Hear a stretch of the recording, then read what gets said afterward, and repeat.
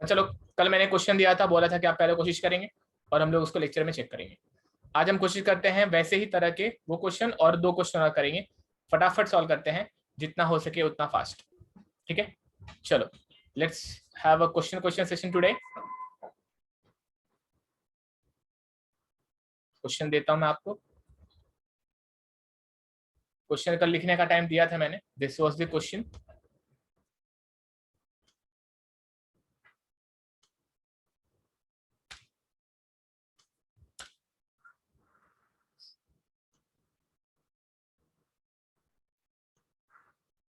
Okay fine, चलो करते हैं साथ में रीड। क्या बोलता क्वेश्चन? क्वेश्चन बोलता है कि भाई a plane wall 15 centimetre thick, surface area 4.5 square metre, thermal conductivity 9.5 watt per meter Kelvin, inner and outer surface temperature 150 and 45 degrees Celsius respectively. Determine heat flow rate. Secondly, the temperature gradient in the direction of heat flow. Okay, heat flow rate का मतलब Q, आपको Q निकाल के देना है। Question में अगर area mention किया है तो कैपिटल Q दिया जाता है, अगर एरिया मेंशन नहीं किया है तो स्मॉल q, जिसको हीट फ्लक्स बोलते हैं यहाँ पर। Small q is heat flux which is q by a, मतलब 1 मीटर स्क्वायर के लिए निकाल के दिया जाता है। अभी इस क्वेश्चन में हमें एरिया दिया गया है तो हम लोग कैपिटल Q ही देंगे। तो आप लोगों को Q निकाल के देना है। दूसरा temperature gradient in the direction of heat flow, मतलब उतरी, मतलब आप लोग को dt बाय dx देना है, dt बाय dx की वैल्यू देनी है। एंड दूसरा temperature of wall 5 centimetre and 15 centimetre away from the inner surface, total thickness 15 centimetre है। तो आप लोगों को इंटरमीडिएट टेम्परेचर भी देना है, तो लेट अस से उसको Tx1 एंड Tx2 बोल देता हूं मैं। ओके, ये 3 चीजें देनी है। गिवन डेटा डायग्राम के फॉर्म में लिखता हूं। एक स्लैब है, okay, let us say this is a slab. In this slab the thickness has been given which is 15 centimetre, ये है आपका 15 सेंटीमीटर, 15 सेंटीमीटर। ओके, इसका एरिया दिया है, cross section area which is 4.5 metre square. Thermal conductivity दिया गया है K 9.5, okay, 9.5 watt per meter Kelvin standard unit. Inner and outer surface temperature 150, inner मतलब इधर का 150 दे देता हूँ। ओके, लेट अस से टेम्परेचर डिस्ट्रीब्यूशन के फॉर्म में मेंशन करूंगा, तो यहाँ पे इसको बोल दूंगा T1 which is equal to 150, T1 equal to 150 degree Celsius. हम लोग हॉटर को हमेशा 1 से डिनोट करेंगे। एंड T2 को हम लोग लिखेंगे यहाँ पे नीचे which is equal to 45 degree Celsius. अच्छा, अभी आपको सबको समझता रहेगा कि मैं ऊपर नीचे क्यों लिखता हूँ 45 डिग्री सेल्सियस। ऊपर नीचे लिखने के कारण ये पूरा वॉल 150 पे रहेगा, ये पूरा वॉल 45 पे रहेगा, लेकिन इन दोनों में रिलेटिव डिफरेंस दिखाने के लिए हम लोग ऊपर नीचे लिखते हैं। जो भी जास्ती रहेगा उसको ऊपर लिखते हैं, जो कमती रहेगा उसको नीचे लिखते हैं। इससे क्या होता है, उसको ज्वाइन करने से अपने को एक टेम्परेचर डिस्ट्रीब्यूशन नजर आता है। मतलब डिस्ट्रीब्यूशन का मतलब होता है कि ग्रेजुअली किस तरह से टेम्परेचर कम हुआ रहेगा, टेम्परेचर किस तरह से ऐसे कम होके यहाँ तक पहुंचा रहेगा। सिर्फ वही एक पर्पज होता है और कोई कारण नहीं है। ओके, ये हो जाएगा आपका हीट फ्लो। जितना हीट एंटर मारेगा उतना हीट एग्जिट मारेगा, जितना हीट एंटर मारेगा उतना हीट एग्जिट मारेगा। ओके, अपने को क्यू निकाल के देना है, तो मैंने वो दिखा दिया यहाँ पे क्यू निकाल के देना है। डी बाई डी एक्स देना है। साथ में आपको 5 सेंटीमीटर और 10 सेंटीमीटर पे भी पूछा गया है, तो इसको 3 हिस्से में अगर डिवाइड करूं मैं, अगर मैं इसे 3 हिस्से में ऐसे डिवाइड कर दूं, लेट अस से ये हो जाएगा आपका 5 सेंटीमीटर और एक एक्स्ट्रा 5 सेंटीमीटर। तो इस तरह से मैंने इसको 3 हिस्से में डिवाइड कर दिया, तो ये भी 5 सेंटीमीटर, ये भी 5 सेंटीमीटर, ये भी 5, राइट। तो आपको यहाँ का एक टेम्परेचर देना है और यहाँ का एक टेम्परेचर देना है। उसका नामकरण कर देते हैं, इसे बोलेंगे Tx1 जो हमें निकाल के देना है, और इसे बोलेंगे Tx2 जो हमें निकाल के देना है। ये हो गया क्वेश्चन का पूरा ग्राफिकल रिप्रेजेंटेशन। कोई सवाल?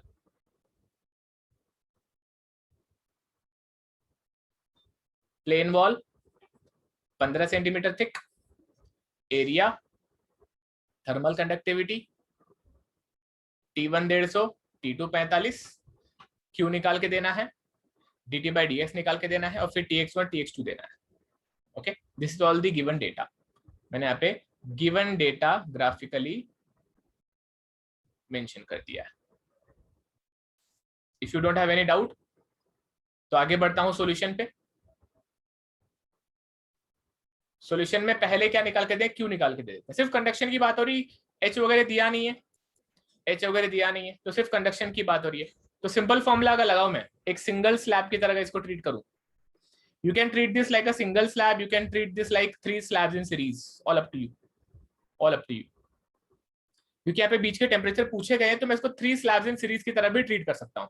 स्लैब 1, स्लैब 2, स्लैब 3, जिसका सबका के सेम है, सबका थिकनेस भी सेम है।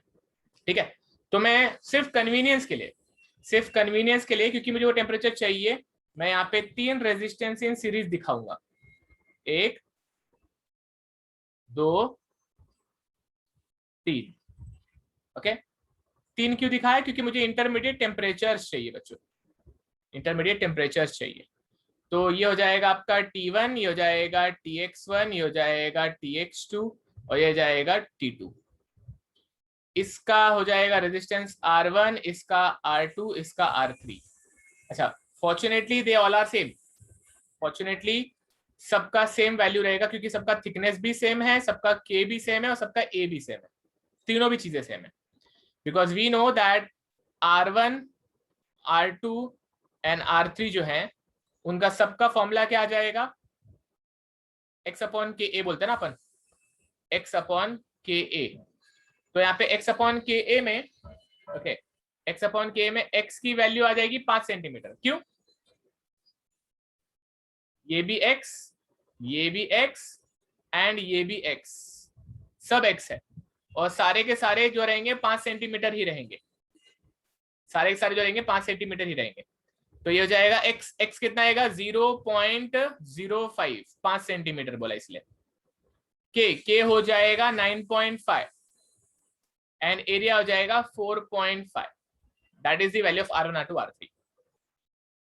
इधर से Q एंट्री मारता, इधर से Q एग्जिट मारता, जितना Q आता उतना Q जाता। पहले Q पूछा गया है तो ऑल अप टू यू, आप जो फॉर्मूला चाहे उठा सकते हो, लेकिन यहाँ पे हमारे पास टेम्परेचर T1 और T2 ही है तो मैं एक्सट्रीम ले लूंगा, पूरा ले लूंगा फॉर्मूला। तो पहला सॉल्यूशन में हीट फ्लो रेट, जिसको अपन हीट ट्रांसफर बोलते हैं, हीट फ्लो रेट, Q का फॉर्मूला आ जाएगा T1 minus T2 upon summation R, which will be 150 minus 45 upon summation R में आ जाएगा R1 plus R2 plus R3, which can be written as 150 minus 45 upon 3 into R1 लिखा तो भी कोई दिक्कत नहीं है, क्योंकि सारे के सारे सेम ही है। Which can be written as, ये कितना हो जाएगा 105 हो जाएगा ना, 105, 150 minus 45 becomes 105, 3 into R1, R1 की वैल्यू कितनी है, R1 की वैल्यू आ जाएगी 0.05 अपॉन 9.5 इंटू 4.5। कैलसी उठाओ फटाक से, क्यों बताओ।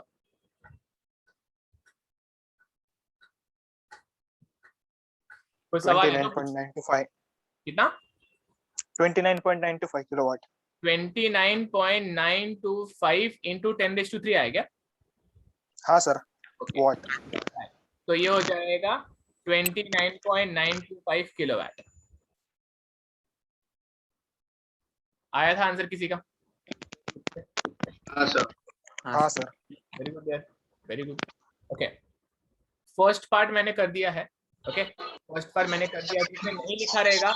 सर हमने ये डायरेक्टली फाइंड क्यों नहीं किया? मतलब सिर्फ एक ही रेजिस्टेंस फॉर्मूला से, एक से भी कर सकते हो, सेम आएगा। हाँ सर वही सेम ही आएगा। हाँ सेम आएगा, एक से भी कर सकते हो।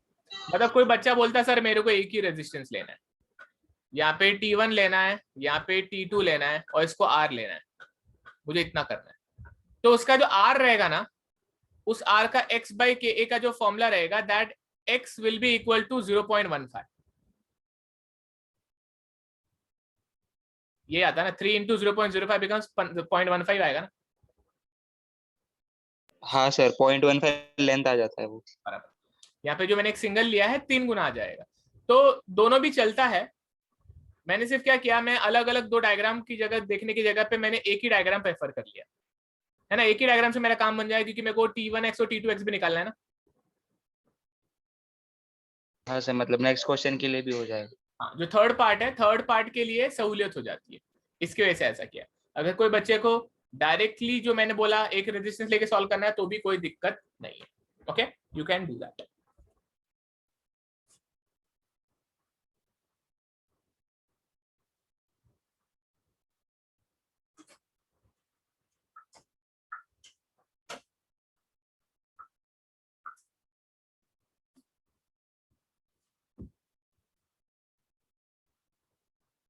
चलो,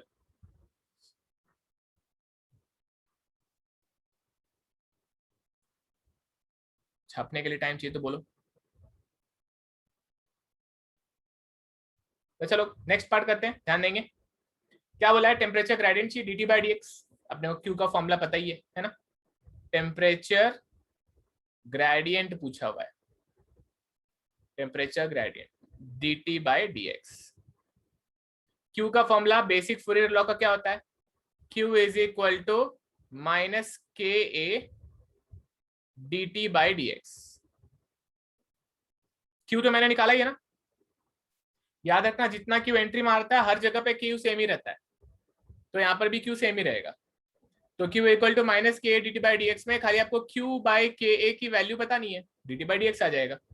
तो from this formula I can say that dt by dx is nothing but minus of Q by के ए। आप ऐसे भी दे सकते हो, आपको चाहिए तो आप T2 minus T1 upon X2 minus X1 से भी दे सकते हो, दोनों भी फॉर्मूला चलता है, विचएवर इज अवेलेबल। ठीक है, मतलब कोई बच्चा बोलता है कि सर मुझे आपने ये फॉर्मूले से क्यों दिया, मुझे ये T2 minus T1 upon X2 minus X1 से फॉर्मूला बनाना है, दैट इज ऑल्सो फाइन, दोनों से आंसर सेम ही आएगा बाय द वे। ठीक है, तो all up to you, all up to you. तो मैं Q बाई के से लिखता हूं, तो I can say dt by dx is equal to minus Q की वैल्यू आ जाएगी 29.925 इंटू 10⁻³ के की वैल्यू आ जाएगी 9.5 एंड ए की वैल्यू आ जाएगी 4.5। कितना आया ये 700 ना, माइनस 700 ये आया क्या? हाँ। Kelvin per metre, Kelvin per metre, and this is one of your answer. ये एक आंसर हो गया और ये भी एक आंसर हो गया। ओके, किसी को चाहिए तो T2 minus T1 upon X2 minus X1 से भी निकाल सकता है, चलो सेम आएगा आंसर। मतलब T2 क्या है 45, T1 क्या है 150, 45 माइनस 150 अपॉन 15 सेंटीमीटर है ना, तो 0.15 minus 0, because X2 minus X1 will be 0.15. That will be again one more convenient way to solve this question. हमारा पर्पस है खाली फॉर्मूला समझना आज का, सारे फॉर्मूला कैसे यूज करना है, नोटेशंस कैसे लिखना है, ड्रॉ कैसे करना है, ये सारी चीजें आज का पर्पस हमारा। आगे बढ़ू।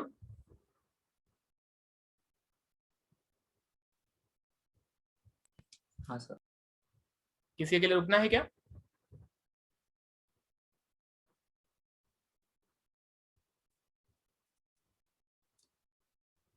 ओके चलो, temperature of wall 5 centimetre and 10 centimetre पे, ये है 5 सेंटीमीटर, उस पे Tx1 है और 10 पे Tx2, तो आपको Tx1 और Tx2 देना है। Looking at this diagram Q के और भी फॉर्मुलास बनाए जा सकते हैं, looking at this diagram Q के और भी फॉर्मुलास बनाए जा सकते हैं। तो अभी फॉर्मूला क्या बनाएंगे अपन, T1 minus Tx1 upon R1 perfect is equal to Q। एकदम परफेक्ट। और दूसरा आप बना सकते हो Tx1 minus Tx2 upon R2, वो भी चलेगा। ठीक है, हाँ। Tx2 निकाल लोगे। तो थर्ड पार्ट निकालते हैं जहां पे अपने को Tx1 एंड Tx2 निकालना है, ये एक एक स्टेज में आ जाएगा। पहले Tx1 के लिए Q will be T1 minus Tx1, T1 minus Tx1 upon R1, बराबर। Q सेम रहेगा, Q है कितना 29.925 29.925 इंटू 10⁻³ ये Q की वैल्यू है हमारी, इज इक्वल टू T1 है 150, Tx1 मेरे को चाहिए। R1 का जो फॉर्मूला है यहाँ पे लिखा ही है मैंने, 0.05 अपॉन 9.5 इंटू 4.5, 0.05 अपॉन 9.5 इंटू 4.5। यहाँ से Tx1 कितना आता बता दो कैलकुलेट पुट करके। 115। सर इधर भी हम शॉर्टकट लगा सकते हैं ना, dt/dx वाला। यस, कितना आ रहा है यहाँ पे 115। 115। आप लीनियर इंटरपोलेशन से भी निकाल सकते हो, कोई दिक्कत नहीं, उसको लीनियर इंटरपोलेशन बोलते हैं ना, क्योंकि line is straight. Line straight होने के कारण आप लोग सिंपल लीनियर इंटरपोलेशन लगा सकते हो, चलता है, उससे भी आ सकता है।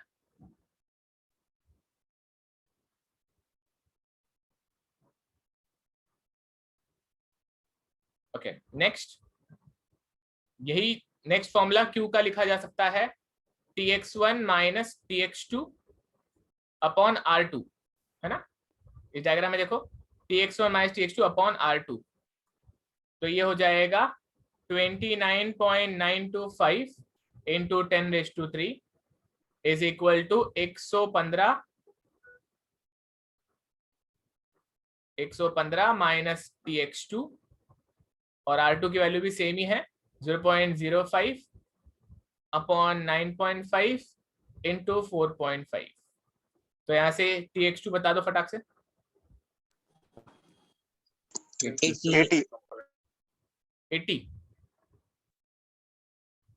80 डिग्री सेल्सियस, 80 डिग्री सेल्सियस, क्या बात है। तो चलो सक्सेसफुली आप लोगों ने पहला क्वेश्चन कर लिया है। उम्मीद करता हूं आपको समझ में आ रहेगा कि ये क्वेश्चन सॉल्व कैसे करने होते हैं। ओके, थ्योरी पेपर के हिसाब से मैं सिस्टमैटिकली लिख रहा हूं, तो आप भी वो फॉलो करो चीजों को।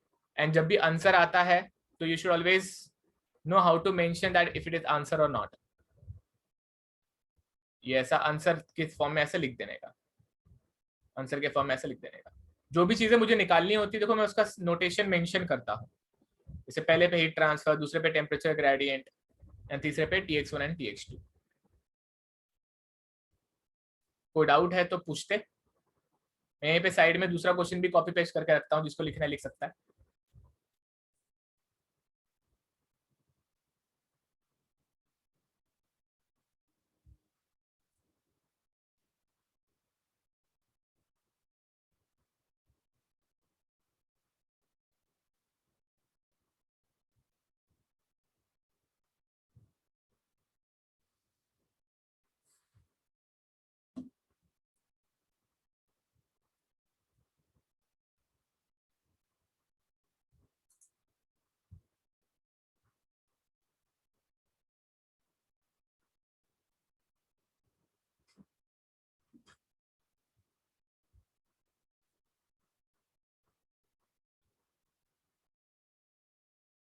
ध्यान से सुनना, चलो क्या बोलता क्वेश्चन। क्वेश्चन बोलता है एक रिएक्टर वॉल है, उसका थिकनेस दिया है, it is made up of inner layer of fire brick. Okay, सादा ब्रिक मतलब covered with a layer of insulation, insulation दिया हुआ है। The reactor operates at the temperature दिया हुआ है, okay, and the ambient temperature दिया हुआ है। कहीं पर भी एच नहीं दिया है, ओके, कहीं पर भी एच नहीं दिया हुआ है। सो लेट अस अज्यूम जो अंदर की हवाओं का टेम्परेचर है वही वॉल का टेम्परेचर होगा। Thickness of the fire brick and insulation का निकालना है अपने को, and heat lost assuming maximum insulation material temperature is 1200। Okay, चलो पहले लेयर बना देते हैं, ठीक है। सबसे पहले they are like fire brick है, ओके, फायर ब्रिक का लेयर है, and then they have a layer of insulation. So let us add some insulation layer. Next है layer insulation का यहाँ, okay. उन्होंने बोला है यहाँ पे रिएक्टर है और यहाँ पे एटमॉस्फेयर है, ओके। इस तरफ क्या है, यहाँ पे रिएक्टर है, और यहाँ पे ATM एटमॉस्फेयर। टेम्परेचर्स दिए हैं, टेम्परेचर्स दिए हैं आप लोगों को कि इस तरफ जो टेम्परेचर है वो है 1325। ओके, अच्छा H वगैरह नहीं दिया हुआ है, फ्लूइड वगैरह कुछ भी नहीं दिया हुआ है, तो जो यहाँ के हवा का टेम्परेचर है वही वॉल का टेम्परेचर अज्यूम करना पड़ेगा। तो मतलब हम बोल देंगे T1 is equal to 1325 degree Celsius. Atmosphere का यहाँ पे टेम्परेचर 25 है, लेकिन कोई H की चर्चा नहीं करेगी। जब भी कोई क्वेश्चन में H का चर्चा नहीं करेंगे, कोएफिशिएंट ऑफ कन्वेक्शन नहीं देंगे, मतलब जो टेम्परेचर हवा का वही टेम्परेचर वॉल का रहेगा। तो यहाँ पे जो टेम्परेचर रहेगा दैट टेम्परेचर, अगर यहाँ पे T1 है, बीच में T2 बोल देते हैं, यहाँ पे T3, that will be equal to 25 degree Celsius. Okay, ये क्या है? ये फायर ब्रिक है, ये है फायर ब्रिक। और ये क्या है? ये इंसुलेशन है, ये इंसुलेशन है। Okay, the heat lost assuming maximum insulation material temperature 1200। देखो, इंसुलेशन का जो टेम्परेचर मैक्सिमम होता है वो लेफ्ट में रहेगा क्योंकि इस तरफ रिएक्टर है, और जो मिनिमम रहेगा वो इस तरफ रहेगा। इसका मतलब है इन्होंने हमें इंटरमीडिएट टेम्परेचर दिया हुआ है 1200, यहाँ पे रहेगा। ये हो जाएगा आपका T2 equal to 1200 degree Celsius. That is the given condition. ये बहुत ही आसान क्वेश्चन है, पहले यही लेना चाहिए था, बट ठीक है, इसको अभी यहाँ पे सॉल्व कर देते फटाफट। यहां से हीट आएगा, एंटर करेगा, राइट, यहां से हीट एंटर करेगा, फिर यहाँ पे टेम्परेचर डिस्ट्रीब्यूशन फायर ब्रिक के अंदर ऐसा होगा, और यहाँ पे शायद अलग स्लोप होगा, एंड देन हीट ऐसे बाहर निकल जाएगा। ओके, ये टेम्परेचर डिस्ट्रीब्यूशन है सिर्फ, हीट कभी भी नॉर्मल जाता है, क्रॉस सेक्शन को याद रखना। Q, ओके, ऐसे Q एंटर कर रहा है, इसका अपना एक K रहेगा, K ब्रिक, इसका अपना K रहेगा, KI। क्वेश्चन में K ब्रिक दिया हुआ है, K ब्रिक दिया है 0.84 watt per metre kelvin, and K insulation भी दिया है which is 0.16 watt per metre kelvin. I think thickness दिया है, reactor wall thickness 320 mm, total thickness दिया है 320 mm। ये टोटल थिकनेस जो दिया है वो 320 mm दिया है, बराबर ना? ये टोटल 320 दिया है क्योंकि इन्होंने रिएक्टर वॉल थिकनेस बोला है, फायर ब्रिक थिकनेस या फिर इंसुलेशन थिकनेस नहीं बोला, वही तो पूछा है आप लोगों को, वही तो आप लोगों को पूछा है। तो इसको अपन बोल देंगे x ऑफ b, एंड इसको बोल देंगे x ऑफ i, बराबर। और ये टोटल दिया 320 mm, तो इसको लिख देंगे 0.32 metre, 0.32 metre. Sir cross section area कितना है? क्रॉस सेक्शन नहीं दिया है इस क्वेश्चन, ठीक है, इस क्वेश्चन में क्रॉस सेक्शन नहीं दिया है, तो हम लोगों को जब भी क्रॉस सेक्शन ना दिया रहे तो पर मीटर कैलकुलेट करने आना चाहिए। नहीं भी दिया तो भी कोई फर्क नहीं पड़ेगा, कैंसिल हो जाएगा, डोंट वरी, ठीक है। Nothing has been mentioned about cross section.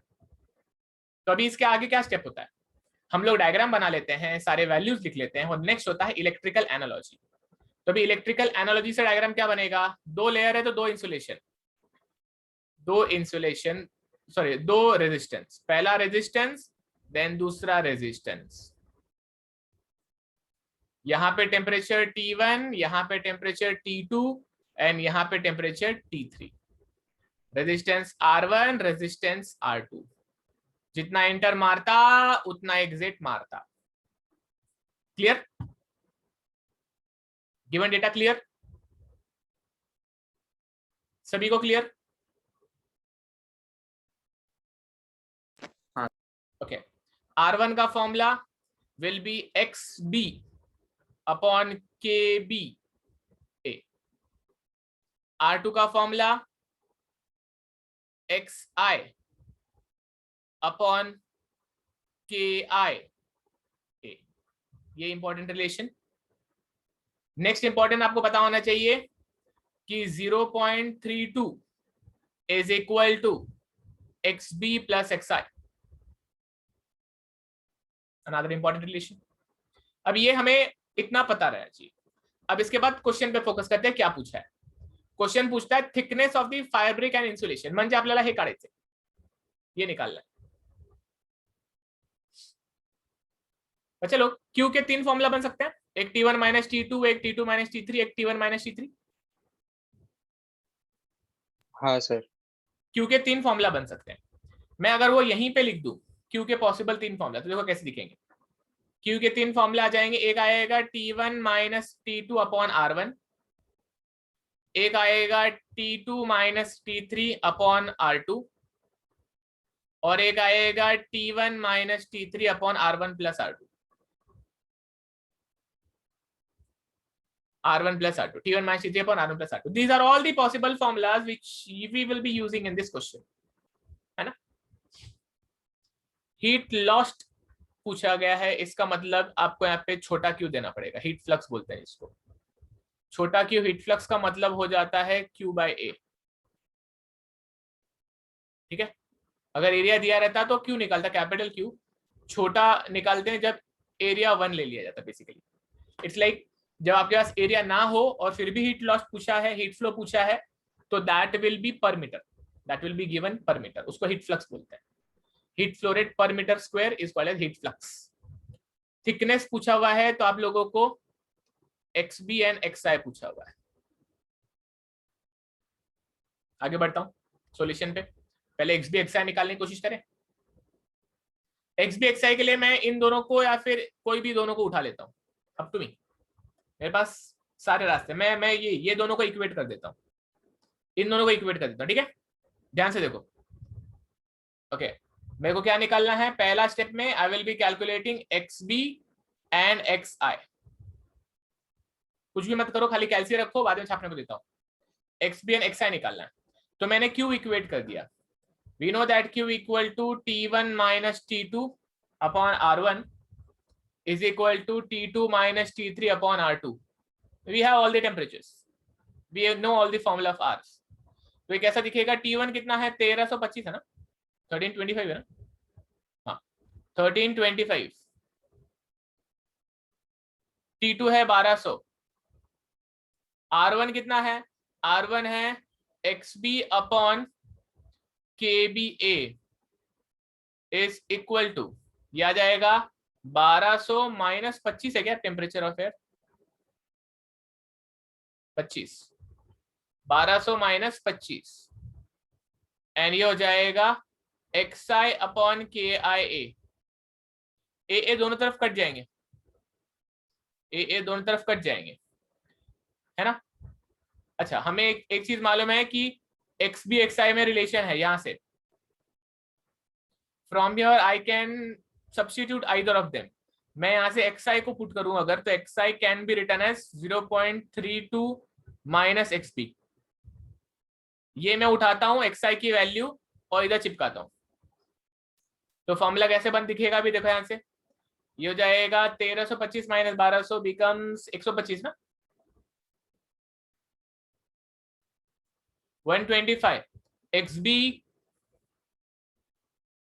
Upon KB। KB कितना है, KB 0.84, 0.84 is equal to 1200 minus 25 कितना होता है, 1175,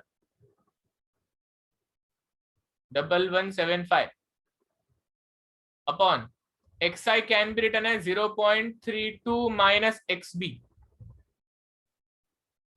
एंड KI की वैल्यू है 0.16, 0.16। in this entire equation बच्चा लोग only XB is unknown.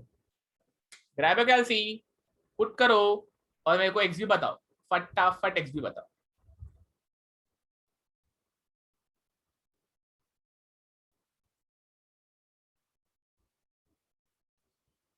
खाली इक्वेशन कैल्सियम पुट करो, मेरे को XB बता दो।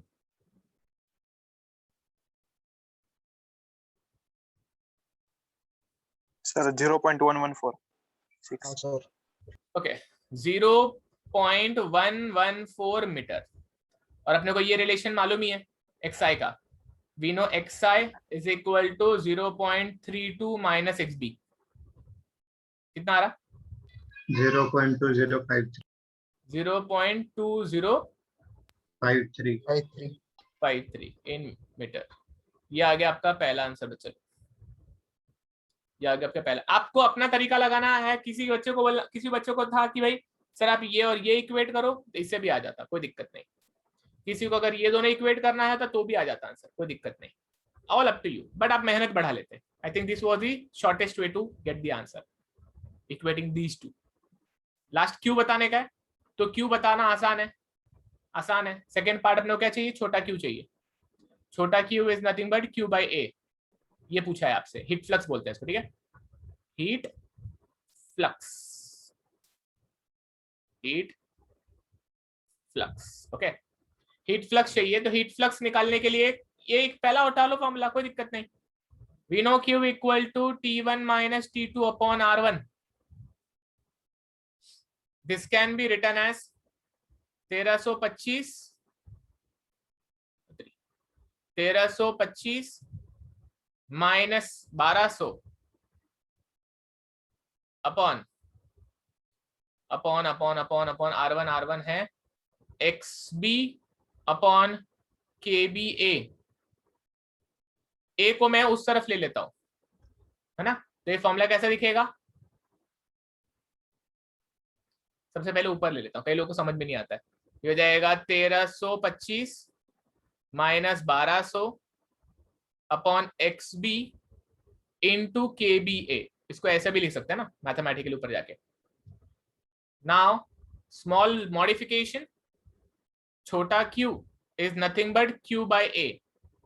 I am kind of dividing both the side by a. I am kind of dividing both the side by a.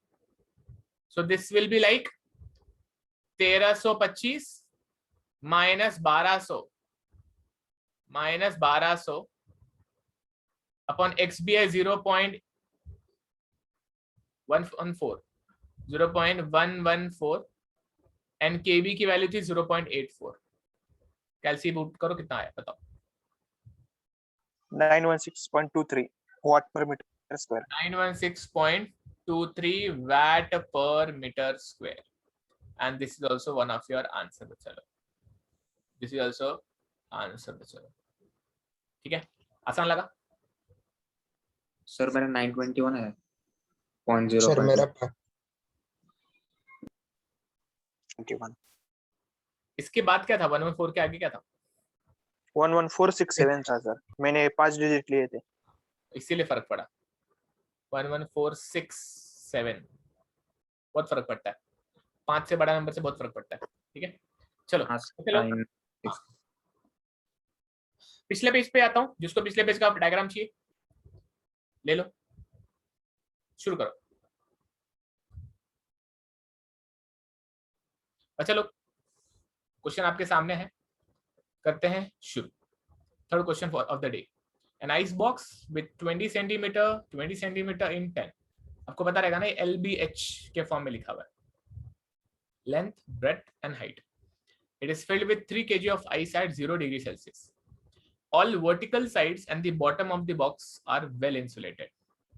The top corner, ये spelling mistake है,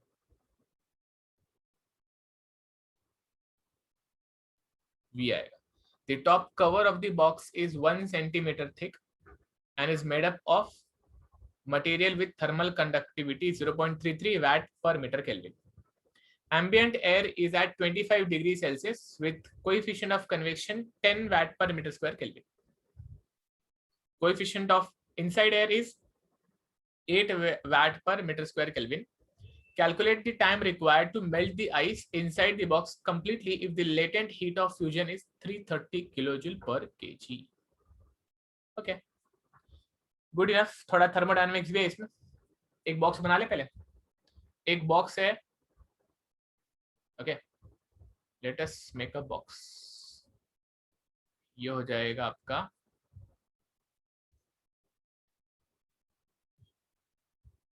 box. Okay,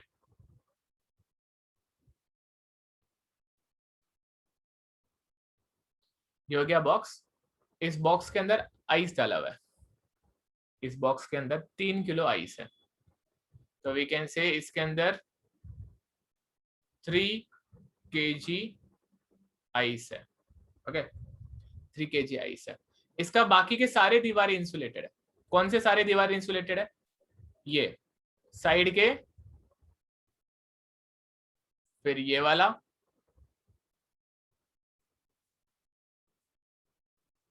फिर bottom वाला, ये वाला भी, एंड ये वाला भी। हर दीवार सॉरी हर वॉल इंसुलेटेड है परफेक्टली, हर wall except the top one. Okay except the top one. तो सबको अलग कलर करने की जगह पे मैं सिर्फ टॉप वाले को अलग कलर कर देता हूं, विच इज नॉट इंसुलेटेड, है ना। This one is not insulated. ये वाला जो है नॉन इंसुलेटेड फेस है, टॉप कवर।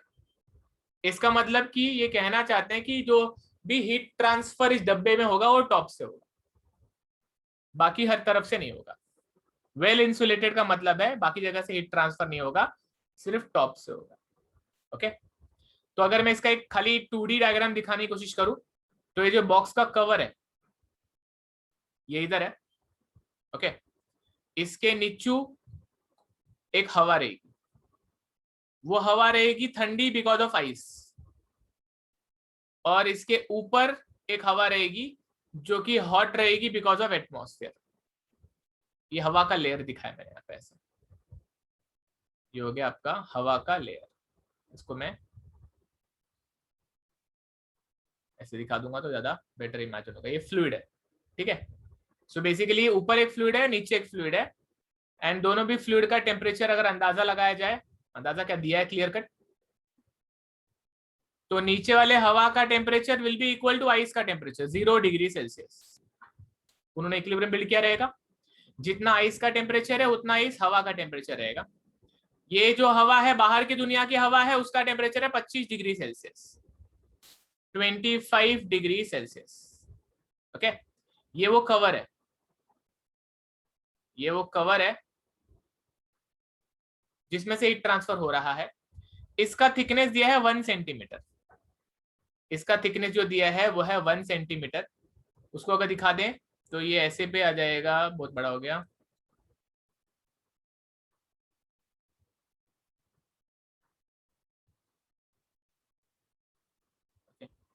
ऐसे दिखा, ये है 1 centimetre, 1 centimetre thick. Okay dimension 20-20-10 का क्या मतलब है? ये 20 सेंटीमीटर रहेगा, ये 20 सेंटीमीटर रहेगा, और ये 10 सेंटीमीटर रहेगा।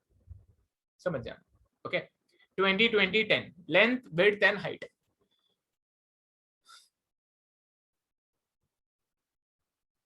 और क्या दिया है? इन्होंने बोला है कि भाई इसका कोई तो एच है, इसका जो एच है अंदर की हवा का एच क्या दिया 8, इसको बोल देते हैं एच आई, इनसाइड का I, it is equal to 8 watt per metre square kelvin. इसको एच ओ बोल देते हैं, H O equal to 10 watt per metre square kelvin. Okay और ऊपर के कवर का के दिया हुआ है, थर्मल कंडक्टिविटी के दिया हुआ है। इसका जो के है दैट के, ओके इसका के का नोटेशन के equal to 0.33 VAT per metre kelvin. Heat कैसे फ्लो होगा? ऊपर से नीचे, नीचे से ऊपर, ऊपर से नीचे। परफेक्ट। हीट फ्लो ऊपर से नीचे होगा क्योंकि गर्म बाहर है ना, तो हीट फ्लो बाहर से नीचे होएगा। ठीक है हीट फ्लो बाहर से नीचे। क्या ये डायग्राम आपको समझ में आ गया पूरा? हाँ sir. Very good very good very good. अच्छा just tell me what would be area का formula? 20 into 20 break length 0.2 into 0.2, क्योंकि जो नीचे के बेस का एरिया रहेगा वही ऊपर का एरिया रहेगा, बराबर मीटर स्क्वायर। कर परफेक्ट हो गया। ओके के की वैल्यू भी है पता, मतलब के नहीं लिखता हूं मैं, एक्स की वैल्यू, एक्स की वैल्यू 1 सेंटीमीटर बोला तो 0.01 metre. 0.01 metre. I think this is the given data for the box. ठीक है, calculate the time required for the ice to melt. Okay, latent heat भी दिया हुआ है। आते हैं, पहले तो मैं ये बनाता हूं इलेक्ट्रिकल एनालॉजी। इलेक्ट्रिकल एनालॉजी, इस डायग्राम को देख के बताओ कितने रेजिस्टेंस है? कितने? 3 3 ऊपर कन्वेक्शन, नीचे बीच में कंडक्शन और फिर नीचे कन्वेक्शन, तो 3 रेजिस्टेंस है। तो इसको मैं वर्टिकल दिखाऊंगा, पहले कन्वेक्शन फिर कंडक्शन एंड फिर से कन्वेक्शन, ऐसे 3 रेजिस्टेंस है। Very good. ऊपर के टेम्परेचर को T1 बोल देता हूं, नीचे के टेम्परेचर को T2 बोल देता हूं। ये दिया हुआ है आपको 25 डिग्री सेल्सियस और ये है 0 डिग्री सेल्सियस। ये रेजिस्टेंस R1 जिसका फॉर्मूला हो जाएगा 1/HOA। ये रेजिस्टेंस R2 जिसका फॉर्मूला हो जाएगा X/KA। और ये हो जाएगा R3 जिसका फॉर्मूला हो जाएगा 1/HIA। 1/HIA। Okay, good enough. Heat flow ऊपर से नीचे की तरफ, हीट फ्लो ऊपर से नीचे की तरफ। T1 है, T2 अवेलेबल है, बाकी के टेम्परेचर अवेलेबल भी नहीं और हमको उसकी जरूरत भी नहीं है। अगर हीट ट्रांसफर का सब्जेक्ट है K और H दिया हुआ है तो पहला काम होता है हीट ट्रांसफर रेट निकाल लो। मैं पहला हीट ट्रांसफर रेट निकाल लेता हूं। हीट फ्लो रेट बोलते हैं इसको या हीट ट्रांसफर बोलते हैं। ओके, Q का फॉर्मूला हो जाएगा, looking at the diagram, T1 minus T2 upon R1 plus R2 plus R3। T1 minus T2 upon R1 plus R2 plus R3, है ना। T1 minus T2 upon R1 plus R2 plus R3, सब कुछ substitute कर देंगे। 25 minus 0 upon 1/H1 HOA ना, 1/HOA, HO 1/HOA लिख देता हूं यार। Okay, plus X/KA plus 1/HIA। सारे वैल्यूज हमें पता है तो सब्स्टिट्यूट करेंगे। 25 minus 0 can be written as simply 25 whole upon 1/HO। HO की वैल्यू है 10 आई थिंक, हाँ 10 है और HI की 8 है। 10 A की वैल्यू क्या थी? 0.2 इंटू 0.2 कितना होता है? 0.04 क्या?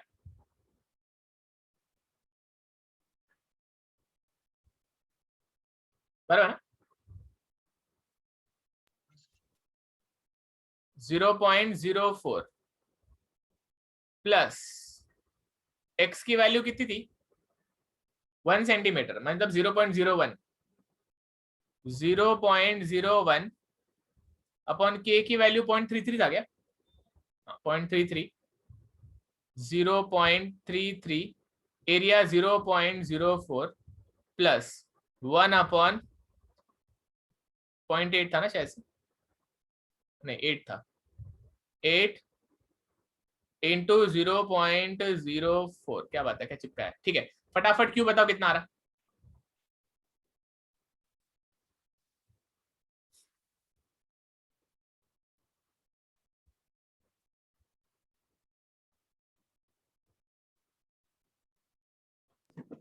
$3.916 3.916 वैट में क्या? हाँ। Okay, 3.916 watt. Yes dear. Answer बहुत बड़ा है क्या, मतलब टाइम? हाँ, कितना आ रहा? मतलब 253,396 सेकंड्स। यूनिट चेंज करो क्या, मतलब किसमें आर बताऊं? में करो, आर में divide by 3 70.3। Perfect perfect perfect my dear, घंटे में आता है, घंटे में। ओके चलो, ये आ गया आपका heat flow rate. Heat flow rate perfect. सबको ये समझा ये जो पार्ट निकाला मैंने अभी हीट फ्लो रेट का? किसी को कोई डाउट है हीट फ्लो रेट में? इसका क्या मतलब है? इसका मतलब है हर सेकेंड कितना हीट इसमें जा रहा है, हर सेकेंड इसमें हीट जा रहा है 3.916 वाट, मतलब 3.916 जूल पर सेकेंड इसके अंदर एंट्री मार रहा है हर सेकेंड।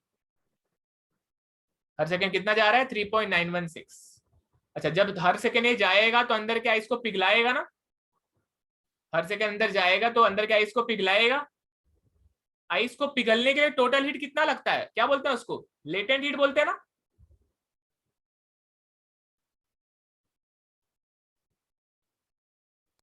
हाँ सर, total latent heat, total latent heat to melt the ice, to melt the ice. Okay, by the way जिसको नहीं पता है, लेटेंट हीट का मतलब होता है that amount of heat which changes the phase of fluid, changes the phase of a substance or a matter. latent heat of fusion मतलब वो हीट जिसकी वजह से आइस वाटर में कन्वर्ट होता है। latent heat of evaporation मतलब वो हीट जिसकी वजह से वाटर वेपर में कन्वर्ट होता है।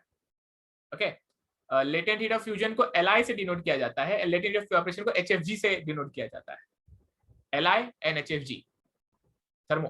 ओके, ये लेटेंट हीट की खासियत है कि जब भी लेटेंट हीट किसी मैटर में जाता है तो उस दौरान टेम्परेचर में बदलाव नहीं आता।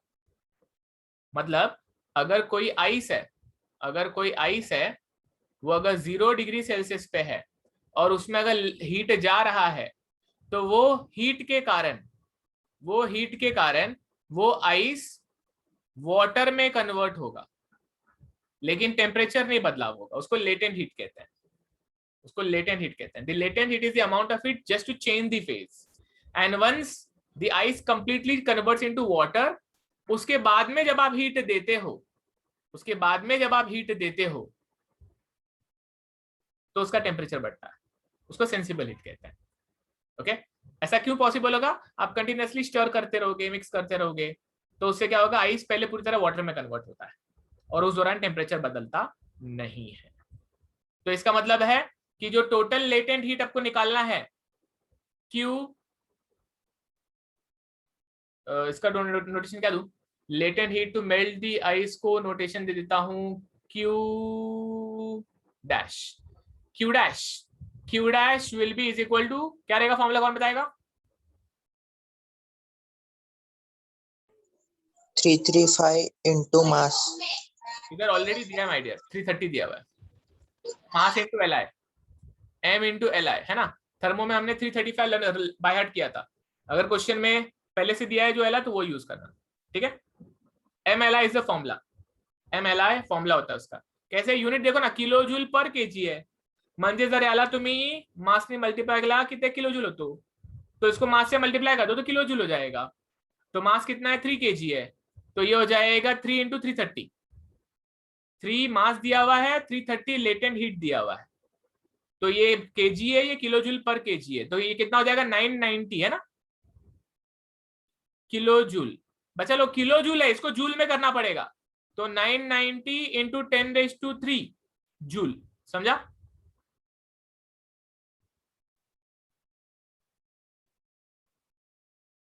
ये दोनों पार्ट में किसी को डाउट है? This is called as the amount of heat required to convert the ice into water. Latent heat बोलते हैं इसको। So during this, the temperature would be 0 only. It will never change. The temperature change will be none. It is only latent heat. And the sole purpose of the question is melting. They are not asking the rise in temperature till equilibrium. They are only asking about the melting. समझा?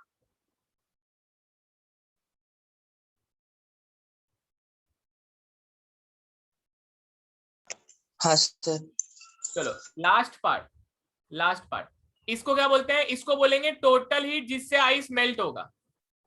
इसको क्या बोलते हैं? Total heat जिससे ice melt होगा। मतलब इतना heat अगर आइस को मिल जाए तो आइस मेल्ट हो जाएगा, लेकिन इतना हीट उसको एक बार में मिल रहा है क्या?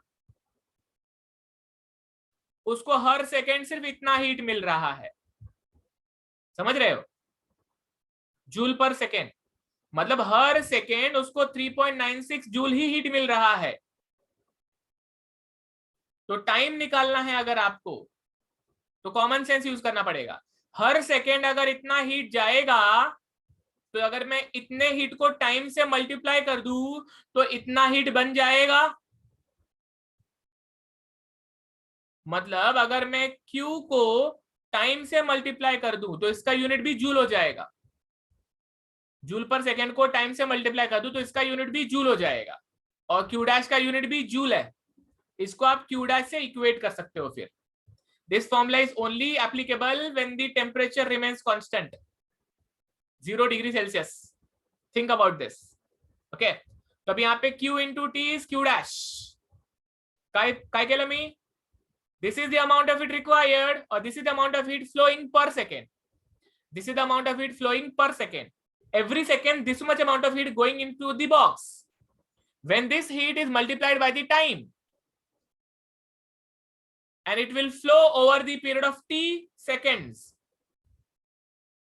When the total heat becomes 990 into 10⁻³ the ice will melt.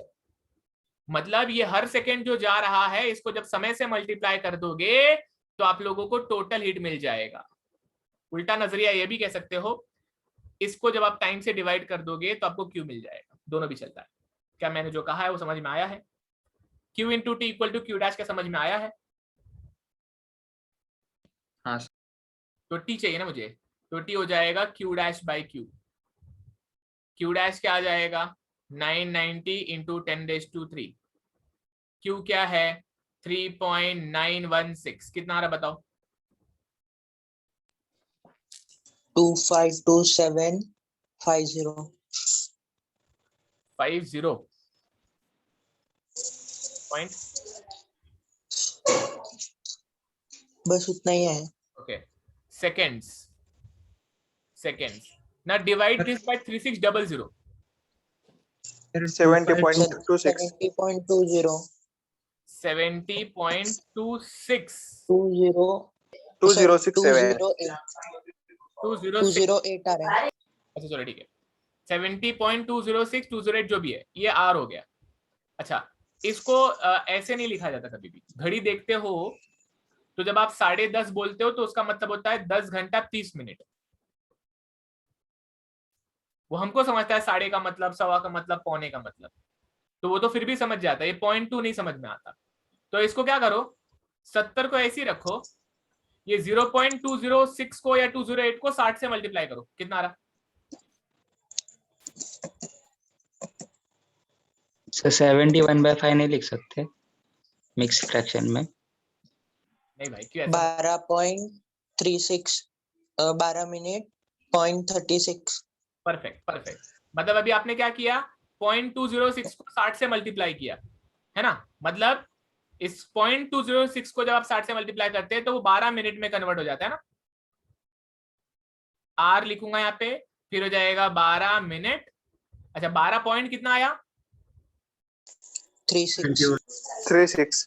तो उस 36 को 60 से मल्टीप्लाई करो, 21 22 gets ओके। अपना वैल्यू 21 सेकेंड 20 सेकेंड जो भी है लिखो।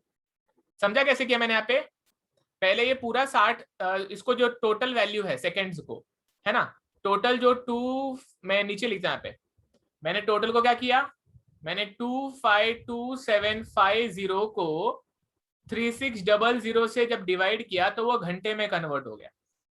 जब वो घंटे में कन्वर्ट हो गया तो वो आया 70.206 आर। फिर ये जो 0.20 है तो मैंने उसको लिखा 70 घंटे एंड साथ में 0.206 इंटू 60 किया तो ये मिनट में कन्वर्ट हो जाता है। अच्छा, लेकिन उसमें भी कुछ क्या आता है, 12 पॉइंट समथिंग आता है। तो 12 पॉइंट समथिंग जो आया, 12 को मैंने मिनट लिख दिया और जो पॉइंट समथिंग है उसको वापस से 60 से मल्टीप्लाई किया तो सेकंड में कन्वर्ट हो जाता है। समझ में आया?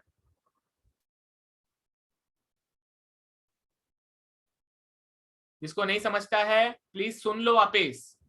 क्या किया मैंने यहाँ पे, फिर से सुनना। इसको डिवाइड करो 3600 से तो घंटे में कन्वर्ट हो गया। 70.206 में 0.206 को 60 से मल्टीप्लाई करोगे तो 12 पॉइंट समथिंग होता है। तो 70 घंटे वैसे लिख दिया, 0.206 को 60 से मल्टीप्लाई किया तो 12 मिनट होता है। 12 मिनट पॉइंट समथिंग था, तो 12 पॉइंट में का 12 मिनट लिख दिया, और जो पॉइंट समथिंग था उसको 60 से मल्टीप्लाई किया तो 21 या 22 सेकंड आ जाता है। सबको इतना समझ में आया है? हाँ सर। बच्चा लोग, हाँ सर। आज का लेक्चर यहीं पे समाप्त करता हूं मैं। किसी को भी पिछले पेज का कुछ देखना है?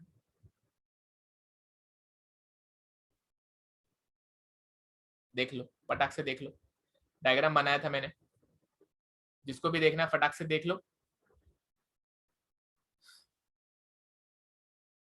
आज के लेक्चर का कंटेंट खत्म करता हूं, थोड़ा फास्ट लिखो क्योंकि मुझे अगला लेक्चर भी शुरू करना है।